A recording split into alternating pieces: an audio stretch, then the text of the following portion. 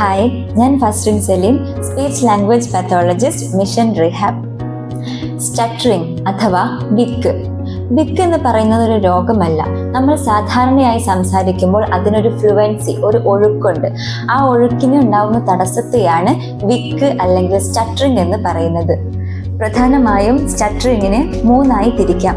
അതിലൊന്നാമത്തേത് developmental stuttering. കുട്ടികളിലാണ് പ്രധാനമായും ഇത് കാണപ്പെടുന്നത്.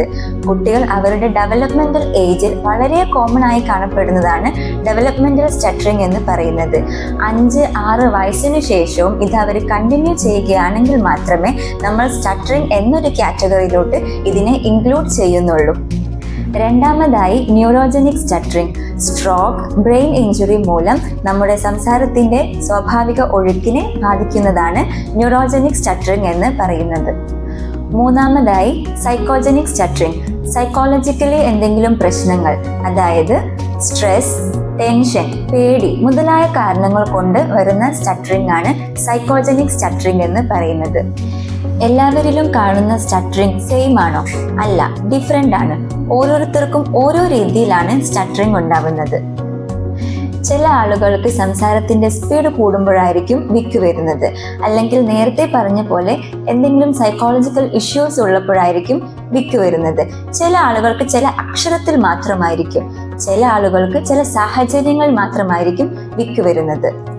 ഇങ്ങനെ വരുന്ന വിക്കും വ്യത്യസ്തമാണ്. അത് ചിലപ്പോൾ റെപ്പിറ്റേഷൻ ആകാം, പ്രൊലോങ്ങേഷൻ ആവാം, അല്ലെങ്കിൽ ബ്ലോക്ക്, പോസ്, ഇതിലേതുമാവാം. അതുകൂടാതെ സ്റ്റട്ടറിങ്ങിനോട് അസോസിയേറ്റ് ചെയ്ത സെക്കൻഡറി ബിഹേവിയേഴ്സും അവരിൽ കാണപ്പെടുന്നു.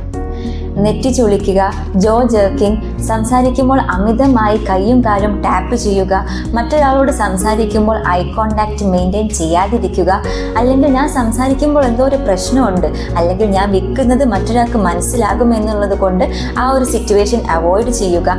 ഇതൊക്കെയാണ് സെക്കൻഡറി ബിഹേവിയേഴ്സ് എന്ന് പറയുന്നത്. അഡൾട്ട്സിൽ വരുന്ന സ്റ്റട്ടറിങ് അത് അവരുടെ ക്വാളിറ്റി ഓഫ് ലൈഫിനെ കൂടെ ബാധിക്കുന്ന ഒന്നാണ്.